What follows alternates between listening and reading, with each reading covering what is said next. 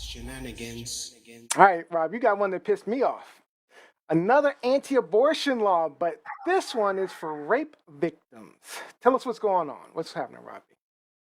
All right, so more shenanigans in Texas. So, like other states have done, Texas wants to outlaw all abortions as soon as a fetal heartbeat can be detected. So that usually occurs around 6 weeks, and that's typically only 2 weeks after a woman misses her first period and before she even really knows that she's pregnant. So the new law would basically work as a near total ban on abortion that makes no exceptions for rape or incest. In some cases, doctors who need to resolve a parent's miscarriage might also be prevented from assisting these people. So, in other words, if a Texan becomes pregnant as a result of rape and has provided information about how to obtain an abortion by a rape counselor, the rapist, this is where it blew my mind. The rapist could sue the counselor if the survivor had what the state deems an illegal abortion. So that's after the 6 weeks. So the rapist could also sue the doctor who provided the abortion and anyone else, like a family member, who supported the individual in getting the abortion. So I'm putting it out for thoughts and feelings on really, should the rapist have any parental rights resulting in a rape related pregnancy? Liz, I want to hear you, girl. Yeah, I do too. You guys remember that James Brown song, "This is a Man's World"? Mm. This is where this comes from. Preach. This is a man's world, where we are dealing with men, a patriarchal society in which men get to decide for everyone, not only for themselves, but probably more so for women, because we're not deemed as equals. Okay. And so not only do they decide laws for themselves, but they can come into my body and decide and make decisions about what I should do with my body, how I should do with my body, regardless of the circumstance. And so I think it's disgusting. One, it should give you all an indication of which states you should never move to. The first and foremost being Florida, the second being Texas. But it's one of those things where Very it's true. just all control. It's all Power. about control. Scare tactics, power. Because truth be told, even if abortion isn't legal, it's no longer legal in this country, abortions are not going away. There have been abortions since almost the beginning of time. And so what making it legal does is make it safe for people to have abortions.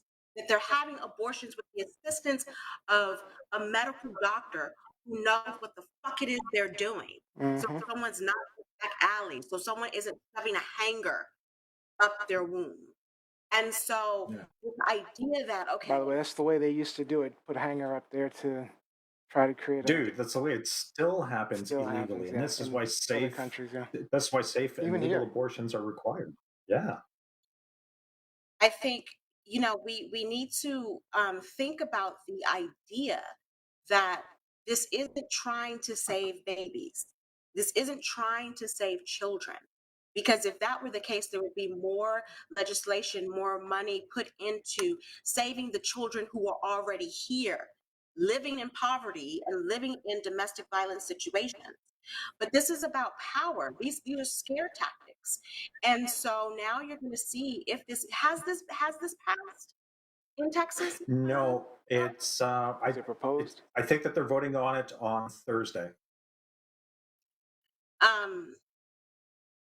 It's one of those things where, okay, you can't have an abortion in Texas. All right. And I'm gonna go to Oklahoma. I'm gonna go to Nebraska. They might have to go further because I don't think they're doing it in Oklahoma either. Didn't Oklahoma just pass an anti-abortion law? Yeah, I think Oklahoma, we talked about it. Oklahoma already passed one. Go to DC, go to Maryland, out east, we are a little bit more progressive than the folks down south. Yeah. But it's not going to stop anything. And a lot of people are talking about, the Roe versus Wade case. that made abortion legal in this country. One, um, if you pay attention to the details of that case, um, Roe never had an abortion. The main figure in that case never had an abortion. She contemplated it, and that's why she started to speak out because she wanted the right to have an abortion, but she never had an abortion. And then after the fact, she was paid a whole bunch of money to retract her views and come out against abortion. Mm-hmm. And then they did this documentary about her where they talked about the beginning, the middle, and the end. And at the very end, she kind of gave the finger to everybody and was just like, you know, y'all really think I don't believe in abortions? All right, fuck you. She got paid a whole bunch of money. She got paid a whole bunch of money. So it's there's a lot that goes into this topic, but I wouldn't, if you are in Texas, ladies and gentlemen, because this does affect men too. There are a lot of men out Mhm. there who are pro-choice. If you are living in Texas, you guys need to make your voices heard because it is absolutely ridiculous that someone could be criminally charged because, or a rapist has a right to say whether his rape victim has to have his baby. That is disgusting. That sounds like some Duggar shit, some Duggar family shit, you know? Some Duggar fame. So the I know we already talked about Handmaid's Tale, and a few of us watch it, but it reminds me of what they were saying on Handmaid's Tale that this isn't about women's rights because apparently in Handmaid's Tale, the women aren't having babies as often, and so there's some they're trying to prevent or keep the human race going by subjugating women and raping women. But what they say ultimately is that this is not about women and having children and things like that. This is all about power, right? And if we talk about Latino machismo, this is American machismo. Trying to control Yeah. women. This is trying to control women. This is what this is about. So, you know, I have a question for Lizzie and Gianni though, as women. So, I'm, I, if you, and this, God forbid this ever happened, but if, for example, you were raped, would you consider keeping your, um, Absolutely not. Absolutely not. Gianni? Would you consider it? I'm not saying you would or wouldn't, but would you consider it? No. No. Right. No. So, Not. I would. Well, sorry. No, Because go ahead. I feel that Be I would honest. have to give more thought on it. But immediately thinking about it, I almost threw up. Like, it's disgusting. But yeah, that's hard. Now I understand why women, Yeah. See, it's just hard. That's hard. I think a lot of women's first initial thoughts are, hell no, I wouldn't do it. And they're right not to want to do it. So Mhm.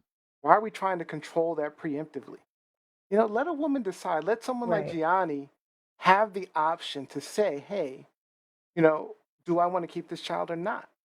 Because someone she may feel like Liz feels, or she may feel like, hey, I might keep this child. The option's open to me, but at least she has options because that's a terrible thing to go through. And then to have a child out of that, how's the child ultimately going to, be treated? I mean, because inevitably there's going to be at least some bad connotations with the child itself. I mean, I don't know how you can't psychologically connect the two, the child I and the know and that's the actual result. right. What happened and then the result. But Gianni, what Mhm. were Can I your jump in? okay?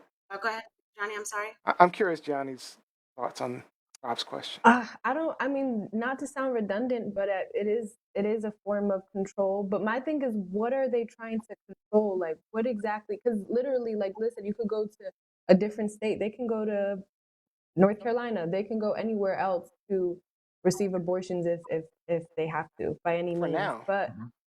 I don't get the form of control. I don't. Is it just like this big patriarchy versus like women? Is that what you guys mean by form of control? It's still going down. I mean that's basically what we're saying. Yeah, I mean because when men can't have children, right? Men can't have children. It's the one thing they can't actually control. They can't. physically have children if they wanted to. So if they wanted to have a child right now, if I wanted to have a child right now, I can't physically do that without a woman. So men want to be able to control that ability to have children. They need to be able to control some men. I'm not all, it's not all men, but many men want to be able to control that ability. Since it's not inherent within them, they have to control women to make that happen. And that's been throughout history. So when you had kings and everything else, and they wanted to have children to continue the throne, it had to be a boy, but they had to make sure they controlled the women so that they could have as many children as they want or whatever. It's always been about control of women, always. And so there are groups of people, there's a lot of us that are more progressive, and we understand that women are just like men. We are individuals, but there are a lot of people who want to perpetuate that control and that power that has been throughout history. And they use the Bible to do it all the time. They use religion to do it all Yep. the time. I think that activists should do something since there is a little bit of time. I think Rob, you said like next week they'll be deciding if it goes through legislation, but I'm not sure if there will be an uprise on it because it's already illegal. But the important But I thing to hope note is all of these abortion laws are currently illegal in the United States. All of them. They've been passed, but they're okay. illegal because of the Roe versus Wade um, uh, ruling. But what they're trying to do is challenge that ruling. They're trying to bring these laws, pass these laws, take them to court, take them all the way up through the courts to the Supreme Court, where Trump, put all these new conservative justices on there, and potentially those conservative justices will rule for these anti-abortion laws. And if that were to happen, then these laws could become legal throughout the United States.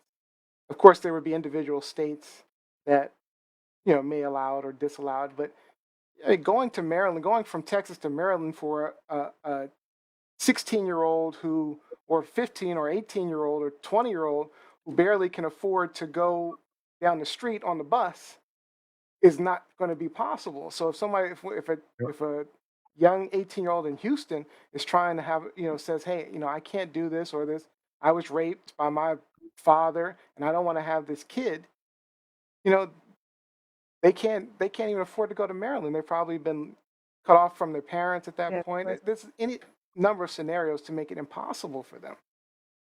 Yeah. One thing that I often get annoyed with when we talk about abortion laws, pro-life, pro-choice, is that we put it in categories. So if you were raped, then you are less likely to be frowned upon if you have an abortion versus if you are a 25-year-old woman who, decides at this moment in her life she cannot have a child.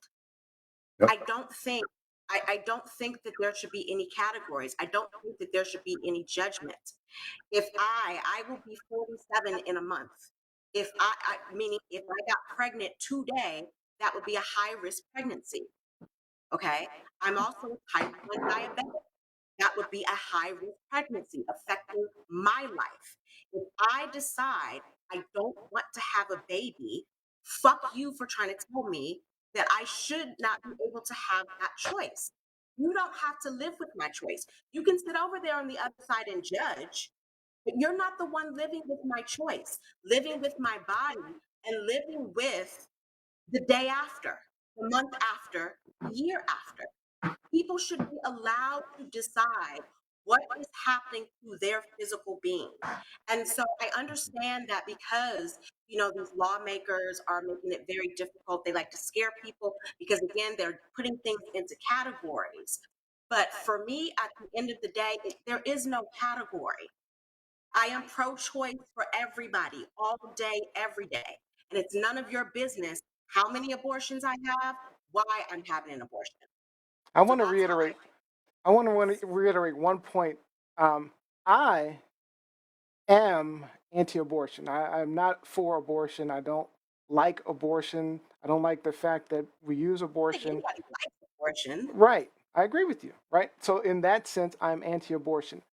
But I am more pro-choice because I believe that we should all be allowed that option. Sure, I believe there should be more education um, towards avoiding abortion in many cases. So we should, and more resources towards avoiding abortion. But no, you should always still have the option because you don't know people's situations. You don't know what happened. And we're setting it up so people have to prove why they deserve to have an abortion. Yeah. And again, even if I was a victim of rape, and as a result of that, I got pregnant, that's nobody's business. If I don't want to disclose that I was raped, that I was sexually assaulted, I shouldn't have to do that. Yep. That's my business. Put all these lawyer fees and all that stuff into educating people to. There you go. If you front end load the issue, if you teach proper sex education, you don't try to teach abstinence through forcing your religion, because we know that Texas is a very Christian state. If you front load the issue, then you actually avoid some of those long term issues also. It's a terrible situation. I thank you all for very valid points that you brought, Liz. I think that we can categorize pregnancies: wanted, unwanted, simple, and any of the other factors. Who cares? But that's what it boils down to. Categorize conception, if you will. Conception. Yeah. All right. So let's get to our comments and questions online. There are a ton, of course. Expected that with this one because it pissed me off. So Mike Winter says, "Stay out of women's hoo-has." Jose says, "This is vile and disgusting." Mike Winter, so many of the U.S.'s problems have to do with white men's fragile feelings and downriver effects of those insecurities. Jose agrees with Mike. Jacqueline, in the Handmaid's it's the Handmaid's Tale come to life. Mike Pence's wet dream. Oh, snap. Olivia says, let her decide and deal with their own fate, whatever that might be, free to make choices. And how do they prove that they were raped? I don't get it. That's what I shouldn't have to prove, because we know what happens in rape trials. Yep. It's the victim that's put on trial. Yep. She says, does the person have to be convicted to be considered a rape? Yep. Mike Wolf says, when you talk about traveling to another state, you forgot that this option is only available if you have a certain amount of money, right? Ephraim says, yes, women are mistreated globally. For example, in India, if a girl had sex before marriage, she would be killed. Honor killing. Yeah. Honor killings. They call it family honor. Yep. This is in India. If the husband, the wife, I guess if the husband, I can't read that. She could be burned alive. It's a crazy world. Even if it's not crazy because that's enacted by any family member. That could be a father, a brother, a cousin, because there's such great dishonor attached to a woman being sex positive. Sex positive. I know. All right, and Jose says, my thoughts. Thanks, Rob B, for bringing this subject forward. Great subject. All right, so what are we calling this? Are we calling this topic truth, lies, or shenanigans? Shenanigans. Shenanigans. I'm going shenanigans. Yep. Bullshit. Oh, sorry. We're supposed to add bullshit to the category. My bad. All right. Let's get on to the next hot topic. The next shenanigans.